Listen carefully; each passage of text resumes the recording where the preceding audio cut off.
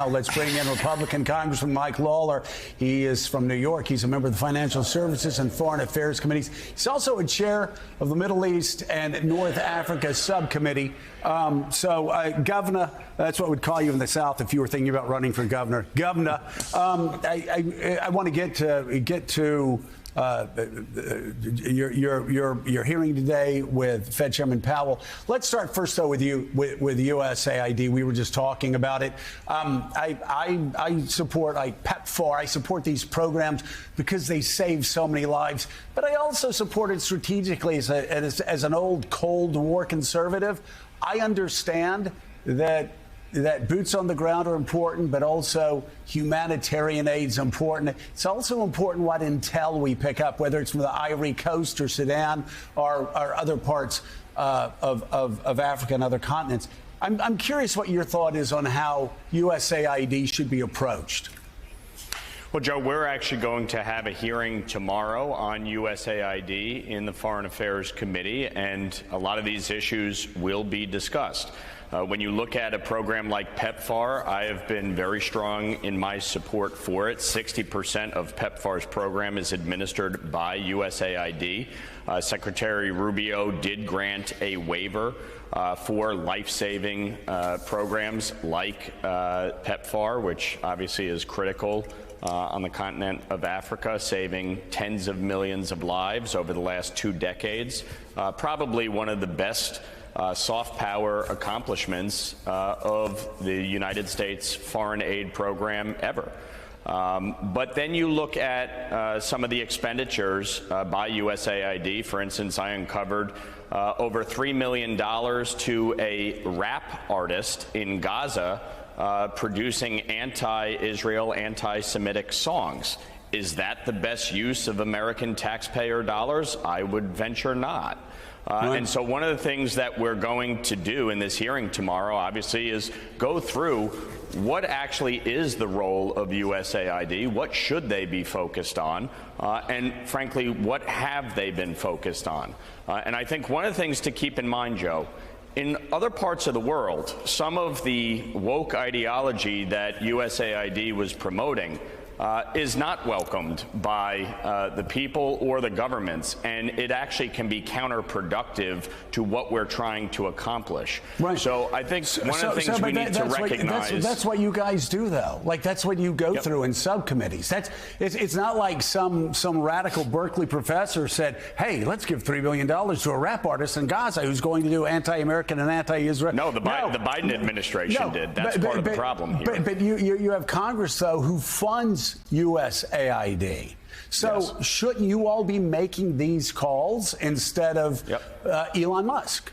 But Joe, one thing I will tell you, and you as a former member of Congress certainly understand this, in the separation of powers, sometimes when you're asking for information, the executive branch doesn't want to share it. We had numerous hearings last Congress. We sent numerous letters to Samantha Power, to USAID, requesting more information. And for obvious reasons, they didn't want to provide it. What you've seen in the last few weeks, frankly, while some people may object, you certainly understand, Joe, oftentimes government moves at a glacial pace. And so, yes, we have seen things move very rapidly, but oftentimes when you're making an omelet, you got to crack a few eggs. And I do think that, unfortunately, is necessary as we're actually trying to uncover what these agencies and departments are doing, what they're spending money on, and is it in keeping with the United States mission? There's no question humanitarian aid, soft power is critical to our foreign policy. And when it comes to issues like PEPFAR, when it comes to issues like feeding the hungry, yes, that is a primary mission. Yeah. But that's not exactly what USAID has been focused on. Well, I mean, there are programs that, as you said, have not been the sort of programs that I think most Americans would support. We both agree on that. I will say, though, the pace they have moved at has been so rapid, they don't know what eggs they're breaking. And we don't know what the consequences are going to be, 1, 2, 4, 5 years from now. I'm glad you guys are having a hearing on this.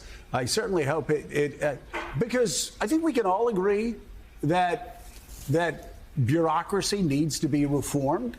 It can be trimmed. It can be made more effective. It can be updated. But it needs to, I would think you would agree, it needs to be transparent. I would feel very comfortable with subcommittees and committees in Congress going through each one of these line items. But this doesn't make sense. Let's vote on it. Put it on the record.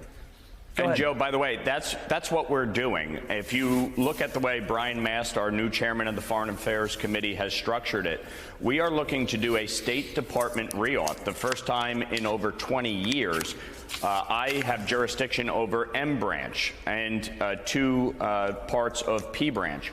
And we are going to be going line by line, department by department within the State Department to determine how they are spending their money, what programs are working, what is not. That is the function of Congress. That is the way we should be doing this. It hasn't been done in 20 years. That is what we are getting about the work of doing. Tomorrow is a first step in that process. Well, and I think most Americans would support that. I think a lot of Americans are concerned. I will tell you, I'm concerned, again, that is sort of a shoot first, ask questions later approach in these first couple of weeks of the administration. Yeah. So transparency is great. Having committees handle it on the Hill, great. I hope that happens. One other thing, one final thing, too, and I'm sure you'll agree with me on this. Jonathan Martin, great reporter for Politico. J. Mart was talking about the patriots overseas that are expanding soft power, while China is trying to influence governments all across the world. Our people that are out there are doing it in part by helping push PEPFAR programs, helping in other ways. I know you've seen, like I've seen, one story after another of these American patriots who got notice that, you know, basically pack up, come home. It's not that simple. A lot of them are in sort of dangerous zones. Can you all talk tomorrow, and can you assure that these patriots overseas will be treated well, treated respectfully, be treated in a way that guarantees their safety and their mission? Look, there's no question we have people who have been dedicated to advancing the American interests abroad and making sure that we are not only engaged in soft power and diplomacy, but obviously working to advance critical life-saving care around the globe. And certainly we want to make sure that they are protected. One thing I would say here, and this is part of the reason why USAID kind of came in the crosshairs, there was a 90-day freeze put in place on foreign aid. Secretary Rubio granted a waiver for life-saving care, and some of these folks at USAID disregarded the freeze and decided they knew better. The fact is, there is a new administration, whether people like it or not. They have put in place a freeze to review some of these foreign aid programs, and some of the folks at USAID disregarded the order. Well, that is why USAID came in the crosshairs so quickly. So Congressman, so they obviously need to follow directives. If there's a freeze, just so people can take a look at programs, what works, what doesn't work. I think most Americans, again, would think that's reasonable. But also, I hope you all will guarantee that those exceptions that Secretary Rubio have put in place for life-saving missions, for health, for food, for well-being, that's being administered, that money is getting there. Will you all do that? No question. I've already been engaged on this very issue because look, a program like PEPFAR is critically important, and if those life-saving drugs are missed even for 2 days, exponentially, obviously, there is a consequence. We're talking about, by the way, when it comes to a life-saving AIDS drug, $80 per year per patient. It's extraordinary, isn't it? It's amazing what has happened over 20 years. George W. Bush put this program in place. I think it's one of the most consequential programs, certainly a big achievement in his legacy over 20 years. But we've saved tens of millions of lives through PEPFAR. So there's no question when you talk about critical life-saving care, yes, we need to make sure that gets done. All right.